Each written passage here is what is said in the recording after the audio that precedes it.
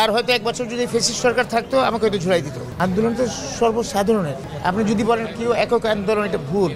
আপনার কথা অনুযায়ী আমি আসলে ডিটেল জানি না, কিন্তু আপনার কথা অনুযায়ী তো বোঝা যাচ্ছে বৈষম্য শিকার হচ্ছে। এখন এটাকে সরকার যারা দায়িত্বপ্রাপ্ত ব্যক্তিবর্গ আছেন ওনাদেরকে এটাকে দেখতে হবে এবং দেখে ওনারা সঠিকভাবে নির্ধারণ করতে হবে কারা কারা আহত আছে সেই লিস্টটা করতে হবে এবং তাদের জন্য প্রয়োজনীয় ব্যবস্থা করার দায়িত্ব বর্তমান সরকারের এবং সরকারের সেটা করা উচিত বলে আমি সরকারকে আহ্বান জানাবো।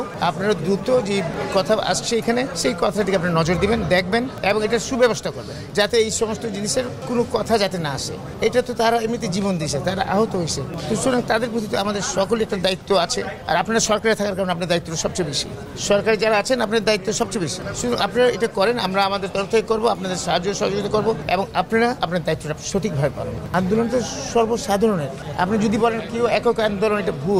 17 বছর ধরে আন্দোলন করতে করতে আমাদের কত নেতা কর্মীরা আহত হয়েছে, নিহত হয়েছে, গুম হয়েছে, সেটা তো আপনাকে বুঝতে হবে। আমরা তো একটা মাঠ তৈরি করে রেখেছি, তারপর সব এমন একটা স্ফুলিঙ্গে জুড়ে গেছে, সেখানে দেখবেন সাধারণ জনগণ নেমে আসছে। ছাত্রদের ভূমিকা অসাধারণ ছিল, ওদের ভূমিকার জন্য পুরো জনগণ নেমে এসেছে, বাংলাদেশের সকলেই এসে গেছে এবং সেটাকে কাউকে খাটো করা কারো উচিত না। এখানে কৃতিত্ব একক কারণ সকলের, সকল জনমানুষের।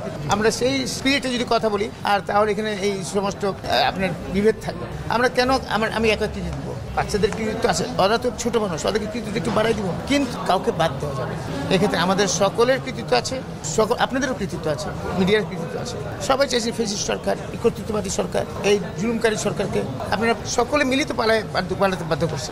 সেটা এককভাবে কোনটা সম্ভব। যারা শহীদ হয়েছেন তাদের আত্মার মাগফিরাত কামনা করি, পাশাপাশি যারা আহত হয়েছে তাদের সুচিকিৎসা দেওয়া এবং তাদেরকে একটা যোগ্য প্রয়োজন অনুযায়ী, যার যে যোগ্যতা অনুযায়ী কর্মস্থলে নিয়ে যাওয়া, এটা আমাদের পুরো দেশবাসীর দায়িত্ব। আমাদের তো বিএনপির তো দায়িত্ব আছে, দেশবাসীর দায়িত্ব। বর্তমান সরকার কাজ করছেন, আমি জানি না ওরা কতদূর কি করছেন, কিন্তু আমরা আমাদের তাগিদ থেকে এসেছি। আজকে 7.5 বছর জেল খাটার পরে আমি যেখানে আসছি, সেটা তো আমি আসলে সত্যিকার অর্থে কল্পনা করতে পারিনি। আর হয়তো এক বছর যদি ফেসিস্ট সরকার থাকতো আমাকে হয়তো ঝুলাই দিত।